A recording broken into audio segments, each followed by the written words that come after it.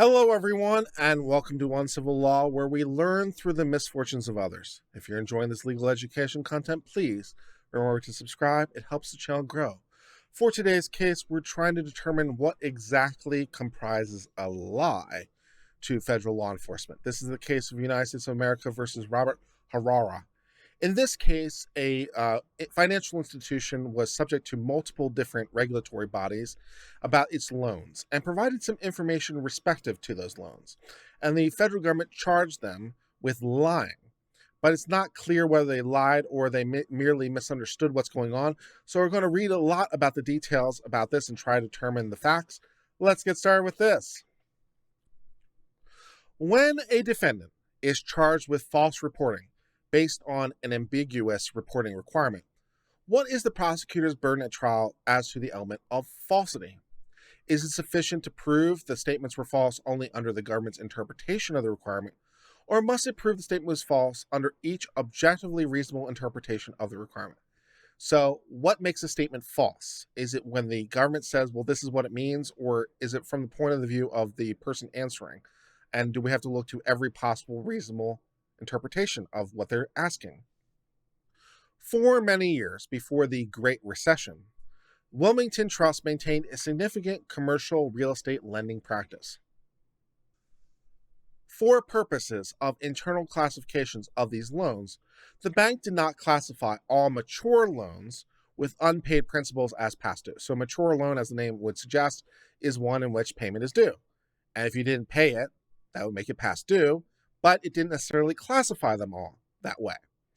Instead, so long as the loans were in the process of renewal and interest payments were current, the bank did not classify those loans as past due, even if the maturity date had passed. So this was a matter of internal classification for the bank, which may or may not comply with regulation, which we'll get to in a second.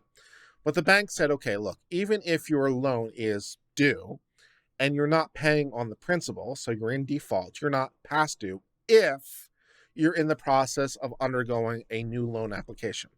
So if there's a new loan that would, recycle the whole thing, then we're not going to consider that past due as sort of a bridge between the loans. So that's a matter of our internal policy. So even though it's mature and you owe us principal and you're not paying the principal, as long as you're paying the interest and you're in the process of applying for a new loan, we won't consider it past due. So that was what they considered, which may or may not comply with the law, but we'll get to that in a second. Throughout most of Wilmington Trust's history, this waiver practice had been a relatively minor feature of the bank's portfolio. But this, of course, changed dramatically in 2009 when the world came to an end. By that point, the bank had taken on an increasingly number of these commercial real estate loans, many with maturity dates around the same time, which, of course there would be. When the borrowers of these loans were unable to repay the principals with the advent of the Great Recession, the volume of mature loans without full principal repayment exploded, ballooning to $303 million in total by the end of 2009. So this was a relatively small part of their business, where loans would mature and people would recycle the loans. And so it wasn't that big a deal. In 2009, it became a much bigger deal, to the tune of a third of $1 billion worth of a deal. But they were still operating under the same practices. The bank reacted to this unprecedented volume in interest in this in several ways. Further, it approved mass extensions of loans that had matured or were nearing maturity, so it extended a whole bunch of loans to make them not mature. Second, for reasons not entirely clear, in July of 2010, the bank changed its waiver practice, resolving that all matured and current loans would be reported in the past due numbers. So they changed the way they were doing it internally, which may or may not comply with regulations. Wilmington's Trust's internal classifications of these loans also carried over to the external reporting of these loans, so that when it required to report past due loans, it excluded the waived loans, which it treated as current. So this is where things might involve a regulatory problem. What you do internally might be one thing, but how you report them externally might be another thing, particularly when government agencies are involved. So we consider the loans not past due because we're waiving it. And we tell the U.S. government that they're not past due. Okay. As a federally insured bank and publicly traded company, William Trust reported to, as relevant here, 3 different sets of regulatory bodies, which increases the confusion. The SEC, the Fed, and the Office of Thrift Supervision, an agency within the Department of Treasury that has since merged with the Office of the Comptroller. So there are 3 different regulatory agencies with different reporting requirements. Each of these regulators required the bank to report past due loans, and while none gave a definition of what that means, each described the reporting requirement in slightly different terms. So there isn't first of all, none of them have a definition, and all of them described it in slightly different ways. So here's how these things were described, not defined. The SEC, for its part, in its industry guide for bank holding companies, instructed a bank to identify occurring loans which are contractually past due 90 days more as to principal or interest payments. So that's what the SEC said in its guidance. The Fed, for its part, instructed banks submitting to quarterly call reports also used the word contractual to define these past due loans. It required banks to report all loans that are past due, with the past due status of the loan determined in accordance with the contractual repayment terms. The bank's third regulatory, which worked for the Department of Treasury, also provided an instruction manual directing that the Wilmington Trust report all loans that are contractually past due, and much like those from the Federal Reserve, specifying that grace periods should not be taken into account when determining past due status. So, again, these aren't definitions, but these are in the guidance from these 3 regulatory agencies, which all have slightly different guidance, and so that might provide some problems as for this bank. Unlike the Fed, however, the OTS provided further guidance as to the meaning of these circumstances in the form of Q&A on its website. So, in addition to these manuals, they also had a website with questions and answers. Importantly, for our purpose, one such question asked about a situation akin to the bank waiver practice, where construction loans that required interest-only payments due monthly, with principal payments due at maturity, were past maturity but current on their interest. So this was a similar situation, not identical, but this was a question and answer. What about construction loans that are past due on principal but current on interest? So here was the response from the Q&A. If management has restructured or extended a loan formally or informally, then the loan would not be past due in that circumstance. So that might be construction-only loans, but still it suggests, well, what's special about construction? Nothing in particular. And they don't say like it's special about construction or point to anything, but they say, if they're current on interest but not current on principal, then that's not past due.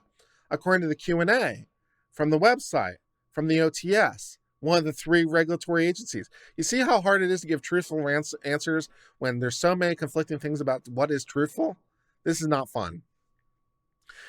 The issue of how to determine whether the bank's past due reporting was false returned when it came time for jury instructions. The defendants urged the district court to instruct the jury that to prove any statement as false, the government must prove beyond a reasonable doubt the statement was not true under any reasonable interpretation of the reporting standards, regardless of what any actual defendant actually believed. The district court denied this request. Instead, the court gave 3 different falsity instructions. In the first, it called the jury's attention to the Fed's call report instructions, emphasizing a loan's past due status should be determined in accordance with contractual repayment terms, excluding a grace period. The jury found the defendant guilty on all counts, and these appeals, of course, followed. So the question is, what exactly is the standard for a statement to be false? What makes a statement false? What is the definition of false within the meaning of the relevant law? And so we have to determine, well, what does that mean? And so let's figure out what is false within the meaning of 18 U.S.C. 1001. The government argues, drawing a line of cases dealing with fundamental ambiguity in the context of perjury and false statements under 1001, that short of fundamental ambiguity, that the courts have held irrelevant the distinction of falsity, that ambiguity is irrelevant. That assertion misapprehends the development of the case law. In one line of cases, we've addressed the prosecutor's burden to prove falsity in the absence of ambiguity. In a run-of-the-mill case where there's no dispute over the meaning of a question or reporting requirement to which a defendant responded, a proof of falsity is fairly straightforward. A statement is false if untrue. So, what does false mean in a normal case? Well, false by itself, and there are other things too, because you have to be knowingly false. But yeah, it's false if simply untrue. But that's where it's unambiguous. What about things where it's ambiguous? Relying on the prior case law, the government argues that as long as a question is not fundamentally ambiguous, the government's burden is to prove that the defendant understood an ambiguous reporting requirement to mean what the government says it means, and in light of that meaning, intended to lie. So, according to the government, what makes something false is that a defendant understood what the government intended it to mean, and therefore intended to lie. The argument fails not only because it mistakes the case law, which addresses falsity instead of the scienter, which is the mental state requirement, but also more fundamentally because it collapses subjective falsity, which is the defendant's intent to lie, with objective falsity, which is the untruth in the question. So the government's argument just completely conflates this by just making it purely subjective, and that's not true. Because it runs up against the demands of due process, the prosecutor's duty to prove each and every element. So for something to be false, it has to be both objective and subjectively false, not just one. So if you intend to lie, but you tell the truth, then it's not untrue because it's true. And so that's not a false statement, even if you want it to be.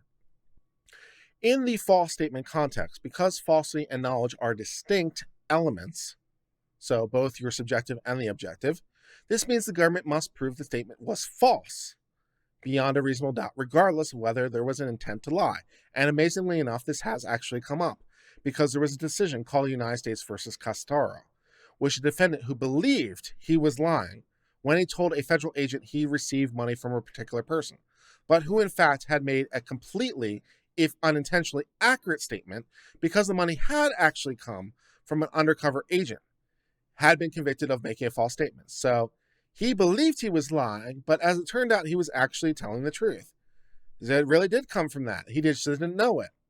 So therefore, they reversed, holding the statement defendant could not be convicted for making a false statement when his statement was literally true, even though he believed it untrue. So yeah, this actually has come up before, where a person has told something they believe to be a lie, and they were trying to lie. They were purposely trying to lie to the government. But even though they didn't know it, what they said was actually true, even though they were trying to lie. So they didn't lie because they might have been trying, but they failed. They failed to lie because they told the truth. Well, there you go. It turns out you can lie to the federal government as long as you're not actually lying to the federal government. So there you go. Now you know. Charles H. says they're lost. Why are you lost, Charles?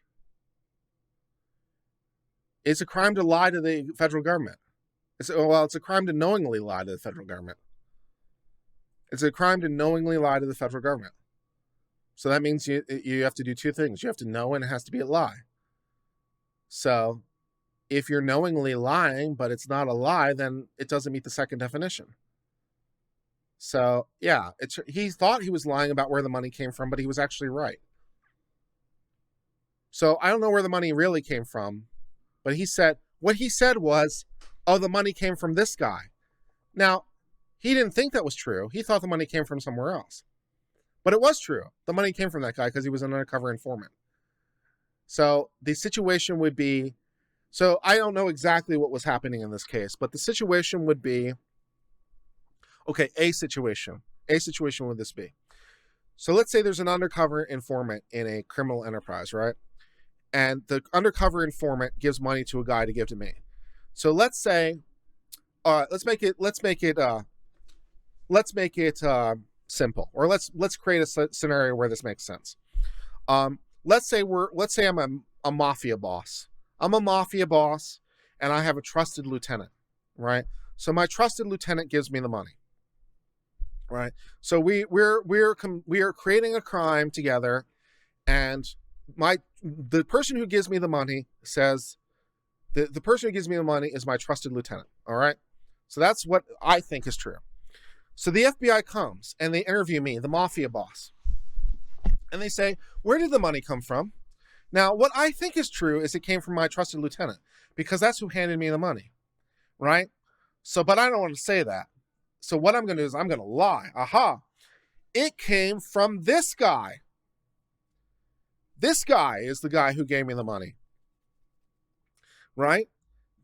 But I think I'm lying because it really came from my trusted lieutenant. But what I didn't know, but what's actually true, is that actually it did come from that guy. That guy was the guy who gave it to my trusted lieutenant who gave it to me. So it really did come from that guy. I just didn't know it at the time. So it came, oh, who did it come from? That guy. And it turns out it was true. It did come from that guy. I just didn't know it. So I tried to lie and I failed. I failed in my attempt to lie. So there's a scenario where that might pop up. Does that make sense now? Yeah. Yeah, so it turns out it wasn't a lie. Yeah, exactly. Truth isn't a defense to perjury. Yes, it is, as it turns out. Truth is a defense to perjury.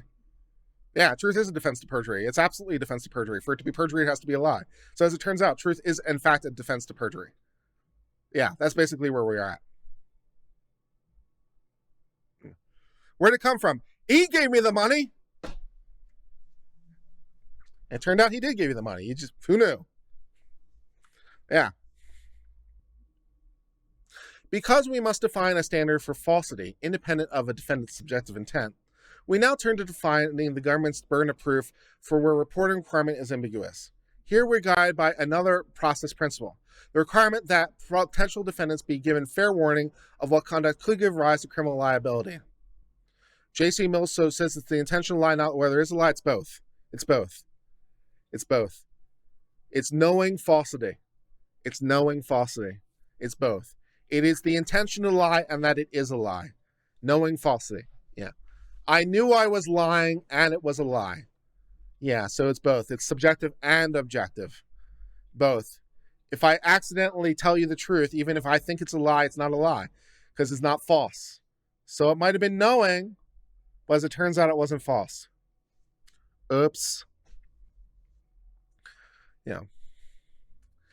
Thus, a requirement for concealment of material facts in violation of law, another subsection of the statute under which defendants were convicted for making false statements, cannot stand absent fair notice of a legal duty to make a particular disclosure. So here the court is speaking about that, speaking to the other element, about what you do or do not have to disclose.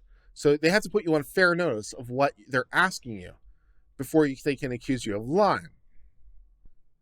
Even in a civil context, fair warning requires the government agencies to communicate their interpretation of their own regulations with ascertainable certainty before subjecting private persons to punishment under the interpretation. So, in order, again, for you to lie, the government has to at least make it plain what a lie is. They have to make it clear what the question is and what a false answer would look like. And in these situations with these regulations, it's like, what exactly is the question is a problem. Applying these fair warning principles here, we've held that when falsity turns on how an agent has communicated its reporting requirements to entities it regulates and those communications are ambiguous, fair warnings demands the government proves defendant's statement false under each objectively reasonable interpretation of the relevant requirement. So where the government tries to tell you, here's what the standard is, and there's a whole bunch of them, and there's conflicting and unclear, then you can reasonably understand any of them to be correct because the government can't get its act together. That's not on you. That's on the government to stop sucking. So if the government sucks, then you know you're not lying if you had a reasonable understanding based on one of them. So there's that. Of course, by adopting the standard as a falsity, we do not suggest that the ambiguity of reporting requirement or the reasonableness of an alternative explanation is irrelevant to the mental state requirement. To the contrary, a defendant may well argue that they lack the mental state requirement because they reasonably rely on an alternative explanation. But we do reject the government position that ambiguity is relevant exclusively to the mental state provision and that the decisions of our circuits support the proposition they do not. Having defined the government's burden to prove falsity, we now consider whether it carried that burden by introducing sufficient evidence at trial. When a defendant challenges the sufficiency of evidence to supporting the conviction, we examine the totality of evidence. In view of what we've recognized as the government's burden of proof, we consider whether the requirement to report past due loans was ambiguous, and if so, whether the government proved a reasonable doubt the defendant's report of past due loans were false under each reasonable interpretation. We agree with the defendants that, particularly given the OTS's Q&A, both of the SEC instructions and the call report instructions are ambiguous with respect to the precise question. Beginning with SEC instructions, which directed the bank to identify accruing loans which are contractually past due 90 days or more as a principal or interest payments. No further definition is given. Yet the government, relying on what it characterizes the ordinary meaning of past due, argues that the SEC instructions unambiguously require a borrower's failure to repay principal upon maturity must be reported as past due. The government, in its interpretation, ignores the role of the word contractually, which indicates that whether a loan is past due is determined by the terms of the particular loan contract, not by any general meaning of past due. And looking at the contracts here does not answer the question, but rather confirms that reasonable people can differ. The government concedes that the statements were not false under the interpretation defendants have put forward, and given the record before us, no reasonable jury could conclude that their alternative interpretation was objectively unreasonable. To the contrary, with respect to the SEC instructions, it's quite plausible, given terms of the loan agreement here, that the phrase contractually past due would exclude a mature loan that is treated as waived and is in the process of being extended even when no notice has been given to that borrower. And critically, other than relying on the purported ordinary meaning of contractually past due, the government offers no evidence that this interpretation is unreasonable, which it must do in order to meet the burden of proving it to be false. Thus, that brings us to the end of the discussion of the case of United States of America versus Robert Hara. In this case, Mr. Hara was part of a bank, and the bank had loans. And during the Great Recession of 2008-2009, the bank suddenly was extending a lot more loans than it had. Now, this was part of its normal practice, but its normal practice became somewhat extended due to the ongoing events. And it had multiple regulatory agencies that wanted it to report about what loans were and were not past due. And the bank, I guess, tried to comply by saying, none of the loans are past due, which as far as the bank was concerned was correct because it was looking to extend. Now, during trial, the U.S. government had argued and had convicted them of lying. But the court points out, well, two things. First of all, you can't be convicted of lying if it's not untrue. So if it's true, then that's one thing. Also, when it comes to criminal law, you have to look to things to the most reasonable. You have to construe it narrowly. And so the government said, well, what matters is that they knew what we meant. And the court says, no, that's not right. They have to knowingly lie, which means, among other things, that any reasonable interpretation they had was fine.